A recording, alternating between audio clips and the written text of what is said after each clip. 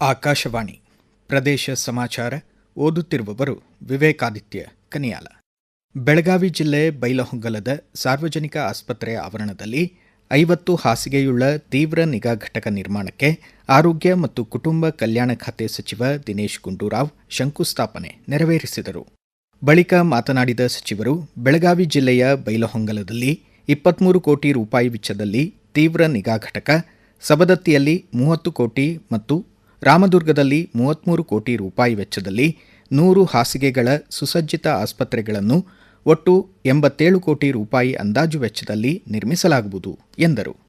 ಕಡ್ಡಾಯ ಗ್ರಾಮೀಣ ಸೇವೆ ಅಡಿಯಲ್ಲಿ ಸುಮಾರು ಜನ MBBS ಡಾಕ್ಟರ್ಸ್ ತಗೊಂಡಿದ್ದೇವೆ. ತಜ್ಞ ವೈದ್ಯರು ಕಾಂಟ್ರಾಕ್ಟ್ ಮೇಲೆ ತಗೊಳ್ಳೋಕೆ ಅವಕಾಶ ಇದೆ. ಕೆಲವು ತಾಲೂಕುಗಳಿಗೆ ಕಾಂಟ್ರಾಕ್ಟ್ ಮೇಲೆ ಬರೋದಕ್ಕೆ ಸ್ವಲ್ಪ ಹಿಂಜರಿಕೆ ಇದೆ, ಇಲ್ಲ ಅಂತ ಹೇಳಲ್ಲ. ಆದ್ರೂ ಕೂಡ ಬಹುತೇಕ ಇವತ್ತು ವೈದ್ಯರ ಒಂದು ನೇಮಕಾತಿ ಆಗಿದೆ. ಇನ್ನು ಸ್ವಲ್ಪ ಬೇರೆ ಬೇರೆ ಸಿಬ್ಬಂದಿ, ನರ್ಸ್ಗಳು, ಟೆಕ್ನಿಷಿಯನ್ಸ್, ಅದು ಕೂಡ ಇದೇ ತಿಂಗಳು 24ನೇ ತಾರೀಕು ಸುಮಾರು 800 ಜನ ನೇಮಕಾತಿ ಆದೇಶವನ್ನು ಮುಖ್ಯಮಂತ್ರಿ ಅವರು ನೀಡ್ತಾ ಇದ್ದಾರೆ. ಫಾರ್ಮಸಿಸ್ಟ್ಗಳು ಅವರೆಲ್ಲ ಸೇರ್ತಾರೆ. ಅದರ ಮುಖಾಂತರ ಸ್ವಲ್ಪ ಭರ್ತಿ ಆಗ್ತದೆ.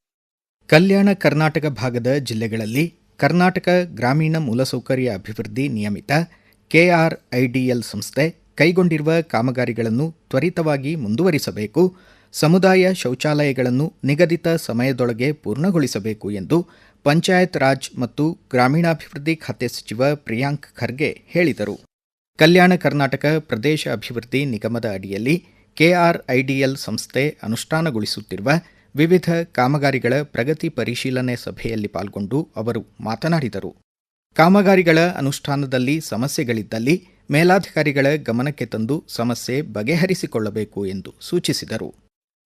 ಮುಖ್ಯಮಂತ್ರಿ ಸಿದ್ದರಾಮಯ್ಯ ಅವರು ವಿಧಾನಸೌಧದ ಸಮ್ಮೇಳನ ಸಭಾಂಗಣದಲ್ಲಿ ಆಡಳಿತ ಪಕ್ಷದ ಪರಿಶಿಷ್ಟ ಜಾತಿ ಶಾಸಕರುಗಳ ಜೊತೆ 2026-27ನೇ ಸಾಲಿನ ಆಯವ್ಯಯ ಕುರಿತಾಗಿ ಸಭೆ ನಡೆಸಿ ಸಮುದಾಯದ ಬೇಡಿಕೆಗಳನ್ನು ಆಲಿಸಿದರು.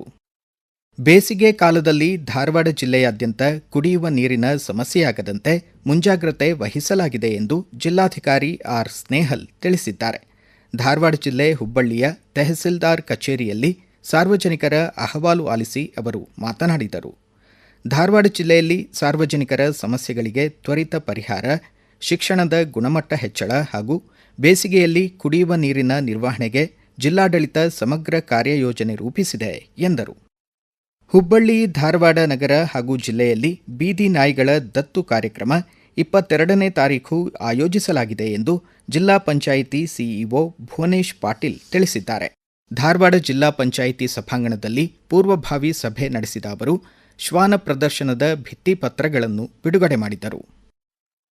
ಬೀದರ್ ಜಿಲ್ಲೆ ಭಾಲ್ಕಿ ತಾಲೂಕು ಬ್ಯಾಲಹಳ್ಳಿ ಗ್ರಾಮದ ಸಮೀಪ ಕಾರಂಜ ಜಲಾಶಯದ ಕಾಲುವೆಯಲ್ಲಿ ಸಂಭವಿಸಿದ ಅವಘಡದಲ್ಲಿ ತಂದೆ ಹಾಗೂ ಮಗ ಇಬ್ಬರು ಪ್ರಾಣ ಕಳೆದುಕೊಂಡ ಘಟನೆ ಸಂಭವಿಸಿದೆ.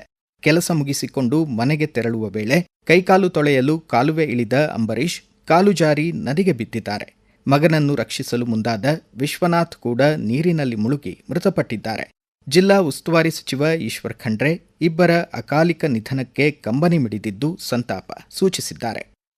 ಯಾದಗಿರಿ ಜಿಲ್ಲೆ ಸುರಪುರ ತಾಲೂಕು ಕೆಂಭಾವಿ ಪಟ್ಟಣದ ಪುರಸಭೆ ಆವರಣದಲ್ಲಿ ಕಲ್ಯಾಣ ಕರ್ನಾಟಕ ಪ್ರದೇಶಾಭಿವೃದ್ಧಿ ಯೋಜನೆಯಡಿ 2025-26ನೇ ಸಾಲಿನ 6 ಕೋಟಿ ರೂಪಾಯಿ ವೆಚ್ಚದ ವಿವಿಧ ಕಾಮಗಾರಿಗಳಿಗೆ ಜಿಲ್ಲಾ ಉಸ್ತುವಾರಿ ಸಚಿವ ಶರಣಬಸಪ್ಪ ದರ್ಶನಾಪುರ್ ಭೂಮಿ ಪೂಜೆ ನೆರವೇರಿಸಿದರು.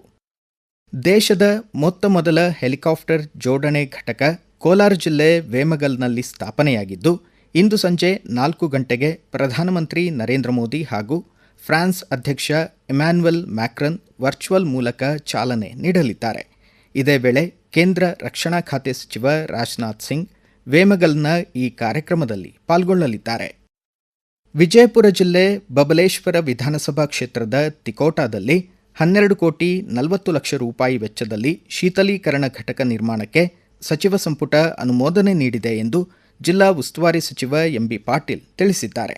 ಶೀತಲೀಕರಣ ಘಟಕದ ಸ್ಥಾಪನೆಯಿಂದ ರೈತರ ಉತ್ಪನ್ನಗಳಿಗೆ ಸೂಕ್ತ ಸಂಗ್ರಹಣಾ ಸೌಲಭ್ಯ ಲಭಿಸಲಿದ್ದು, ಬೆಲೆ ಸ್ಥಿರತೆ ಹಾಗೂ ಮೌಲ್ಯವರ್ಧನೆಗೆ ಬೆಂಬಲ ದೊರೆಯಲಿದೆ.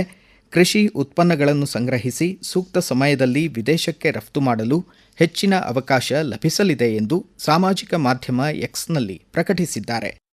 ಇಲ್ಲಿಗೆ ಪ್ರದೇಶ ಸಮಾಚಾರ ಮುಕ್ತಾಯವಾಯಿತು. ನಮ್ಮ ಮುಂದಿನ ರಾಷ್ಟ್ರೀಯ ವಾರ್ತಾ ಪ್ರಸಾರ ಮಧ್ಯಾಹ್ನ 1:10 ನಿಮಿಷಕ್ಕೆ.